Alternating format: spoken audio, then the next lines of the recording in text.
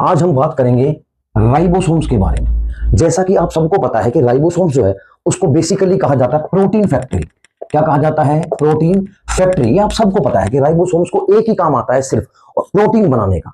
और बेसिकली ये जो राइबोसोम्स प्रोटीन बनाते हैं, ये बनाते कहां से है, कैसे बनाते हैं? अब थोड़ा सा ध्यान से समझिए। ये जो स्ट्रक्चर आप देख रहे हैं, ये जो स्ट्रक्चर है, ये स्ट्रक्चर है न्यूक्लियस का। और न्यूक्लियस जो होता है उसके अंदर जो है वो होते हैं डीएनए। और डीएनए जो होते हैं, जब उसमें ट्रांसक्रिप्शन होता है तो एक स्ट्रक्चर बनाते हैं। यहां पे ये देख रहे हैं एमआरएनए। ये स्ट्रक्चर आप देख रहे हैं बेटा डीएनए का, और जो डीएनए है वो एक स्ट्रक्चर बनाते हैं जिसका नाम है एमआरएनए। और जो एमआरएनए है बेसिकली उससे प्रोटीन बनता है। तो एमआरएनए स्ट्रक्चर तो बन जाते हैं ट्रांसक्रिप्शन प्रोसेस से, लेकिन एमआरएनए से प्रोटीन बनाने का काम सिर्फ राइबोसोम्स को पता होता है। तो आप सबको पता है कि जो न्यूक्लियस होते हैं उनमें पोर होते हैं। क्या होते हैं बेटा? पोर होते हैं, जिसको न्यूक्लियर पोर कहा जाता है। और बेसिकली उस पोर से जब डीएनए से एमआरएनए बन जाते हैं तो उस छेद से ये जो एमआरएनए है ये बाहर आते हैं। और जैसे ही बाहर आते हैं, इंटरेस्टिंग चीज है ये बेटा, ध्यान से समझना, जैसे ही एमआरएनए बाहर आते हैं वैसे ही वहां पे एक स्ट्रक्चर प्रेजेंट होता है जिसका नाम है राइबोसोम्स, जो बेसिकली फॉर्म्ड होता है, सिंथेसिस होता है एंडोप्लाज्मिक रेटिकुलम। ये जो ईआर है ये एंडोप्लाज्मिक रेटिकुलम है। ये स्ट्रक्चर हमेशा जो न्यूक्लियर मेम्ब्रेन होती है उसके साथ चिपका हुआ होता है। और इसको दो ही काम आते हैं एंडोप्लाज्मिक रेटिकुलम को, एक लिपिड बनाना और एक प्रोटीन बनाना।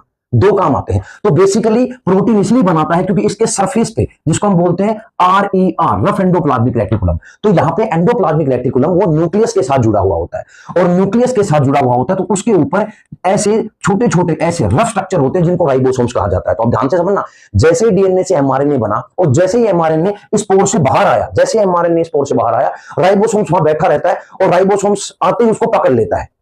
राइबोसोम्स जो है आते ही एमआरएनए को पकड़ लेता है। क्यों? क्योंकि एमआरएनए में जो सीक्वेंस है जिसको हम कोडिंग कहते हैं, वो जो कोडिंग सीक्वेंस है मतलब उसके अंदर कोड होते हैं, जैसे तीन तीन जो नाइट्रोजनस बेस के होते हैं, एयूजी, सीयूजी, जीयूजी, ऐसे कोड होते हैं। उनको डिकोड करना मतलब उनको पहचानना, मतलब उस कोड की इंफॉर्मेशन को पता करना, ये राइबोसोम्स को पता रहता है। तो जैसे ही एमआरएनए बाहर आएगा, एमआरएनए पे वो कोड होता है, उसको डिकोड करेगा कौन? राइबोसोम्स। और डिकोड करने के बाद वो क्या बना देगा? Amino acids. मतलब उसको ये जो राइबोसोम्स है उसको ये पता चल जाएगा कि ये कौन सा अमीनो एसिड है।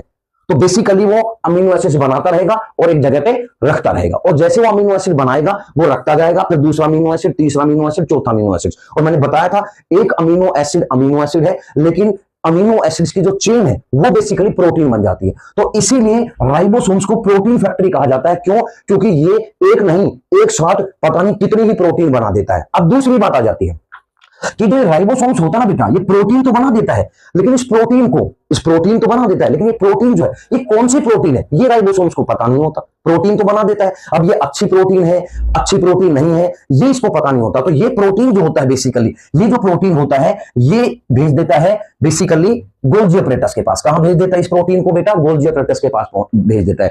और राइबोसोम्स उसको कहता है कि भाई गोल्जी अपरेटस, प्रोटीन तो मैंने बना दी, अब ये प्रोटीन आप देखो ये सही है या नहीं है, ये आप देखो। तो गोल्जी अपरेटस जो है बेसिकली प्रोटीन को चेक करता है। क्योंकि गोल्जी अपरेटस जो होता है उसमें प्रोसेस होता है जिसका नाम है ग्लाइकोसिलेशन। ये जैसी प्रोटीन इसके पास आती है, जो गोल्जी अपरेटस होता है, ये रेड कलर की प्रोटीन है, और जैसे इसके पास आती है जो गोल्जी अपरेटस होता है उसके ऊपर एक शुगर की कोटिंग कर देता है। किसके ऊपर शुगर की कोटिंग कर देता है? उस अमीनो एसिड के ऊपर, उस प्रोटीन के ऊपर एक शुगर की कोटेड कर देता है। और जो शुगर की कोटेड होती है वो होती है M6P। उसके ऊपर टैग लगा देता है M6P का, मतलब वो पहचान लेता है और उस पर टैग लगा देता है M6P का।